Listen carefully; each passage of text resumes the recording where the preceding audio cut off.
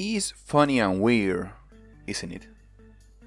I mean, I get there's a community for every hobby and game, but the community about every fighting game is the most complete out of reasons. No one say first person shooter community or bullet hell community. The community is everywhere. That one who tells you where to register in this weekend tournament is FGC. The other one who sends you clearly not safe for image of your mind is FGC. This guy in the hallway with a notebook asking you if you want to play is FGC. And of course, this scrub telling you to stop blocking, coward, is also FGC. When a player comes or we see some of our favorite variety streamers try our genre, we let to go full ham, celebrating their chats. Or as we say when I came from, gritalo como si fuera gol de Argentina. But the community is a fandom, and we all love the FGC. But it's without up a community. I asked a lot of my friends to tell me their thoughts. What don't you like about the FGC? And if they didn't know, tell me a bad experience you have playing fighting games with another person. Of course, the replays got similarities and some of them are totally weird, but usually land in these 3 topics I choose. So, before I start, if you were kind, please leave a comment telling me a bad FGC experience. And if you like these ideas, also leave a like in the video and remember to have it on mind in your FGC interactions. Número 3. Sparring only with friends. One of the most simple ideas is just play with your friends. That's not bad. In fact, it's one of the best things you can do. But you must not only practice with friends. As a personal bad experience, I used to play KOF 02 and 03 with a friend. This player literally don't practice at all. And worst, don't even play with other people than me. Well, I of course do. The difference between our skill levels slowly goes far. And I start to didn't enjoy playing with him at all, even if I go easy and try even weirder stage to practice. Obviously I got tired, he doesn't mind because he just want to play with me. And of course, this got more extra problems you will have with your friends. Limit your game list. If your friend, or you, don't like a game and one don't want to play alone, this means you got to try fewer games. That's not that bad. But you might hear a lot about people saying they never try a 3D game, anime game, or maybe to Western game because not my style and was totally their thing. Limit your tech. Don't play against another players, reduce your discoveries. We know when we fight 1 over 100 chem players are different, but that one may do something you never see, and learn that technique is worth it. Let's say you can beat any Cronen in KOF 15. Every of your friends tell you this game is broken, just don't play it. And they just want to play 98 or 02 on 5k. If you let that filtered information take over, you may never learn how people post anti-Cronen tech on social media, or how he was nerfed in 2.0 update, and now you may don't want to keep playing KOF 15 at all. New opponents, new tech, new games, and new friends. Spend time with friends is of course better than practice, unless if you are a pro player. But you must don't turn your practice time into sparring with friends only.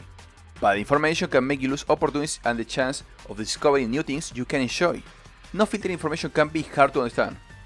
So you may find a friend you don't know already who can show you another point of view. Número 2. Every pleasure is a war. The 2 most controversial archetypes in fighting games 2D are the zoners and the grapplers. And you might hear every single day, everyone plays whatever they want with whoever they want. But then you meet this person who literally blacklists you in Street Fighter V for playing Zangief. Bad filters tend to do this. Don't practice a matchup can make us ask, is this character unbalanced? Or more like, is this one meta nagging brawl? Of course it is easy to understand this point. But what about to turn this into a more usual situation? Like become a one-trick pony or more like a one main only. Let's say you play Guilty Gear XX or XR with Venom. Now he isn't, at this date, on Guilty Gear Stripe. So what, you don't go to try the game at all just because you want your old main? And more important, for the sake of the video, how this affects? Actually, it does.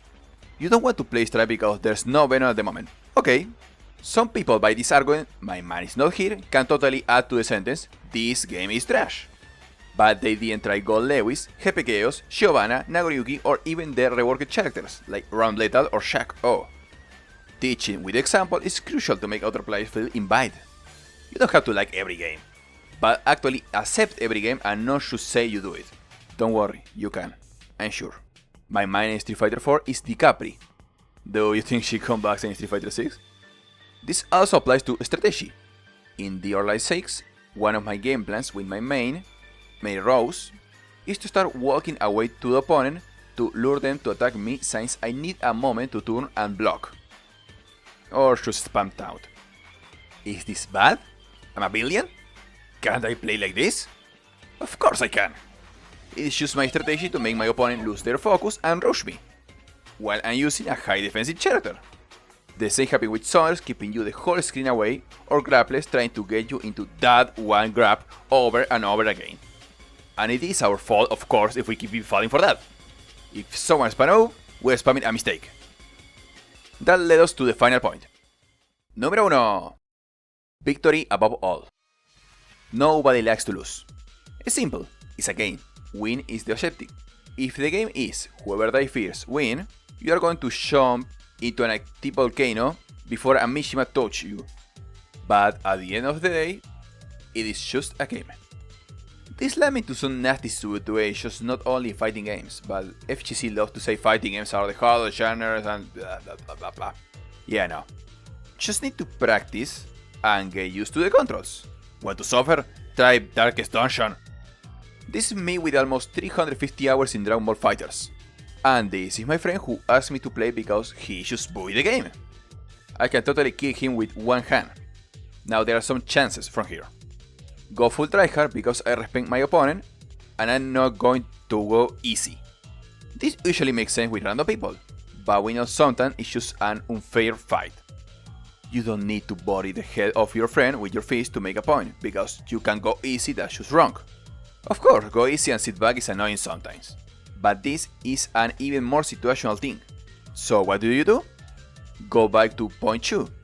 Every player is a war. Read the room and try another way.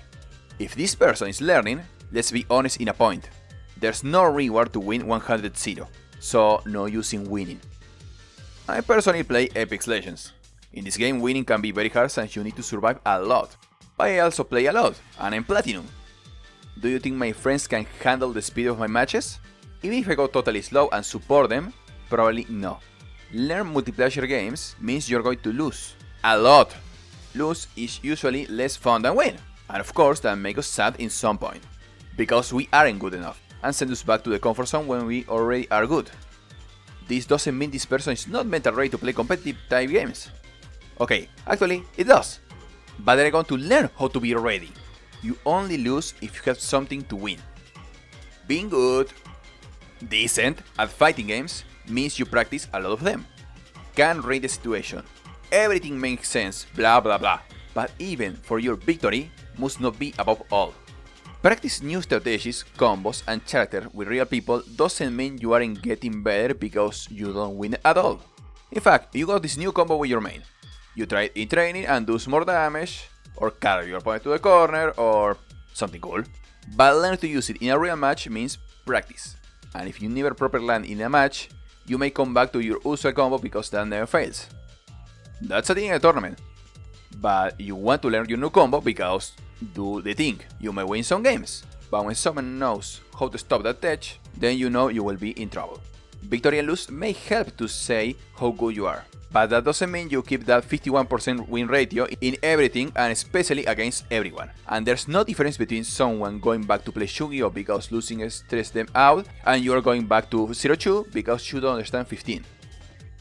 It is important to read the room and value the victory. Just because their comfort are in fighting games, they don't play tournaments or keep trying to do Daigo Parry even if they don't play too much Team Strike, doesn't mean they aren't having fun, just not the same way. It is the park, rankeds, a tournament of your mind game, or just your friend who wants to spend time with you. Thank you for the time. I hope you find this video useful for your everyday interaction with the community. Subscribe for more talks, guides, memes, and memes.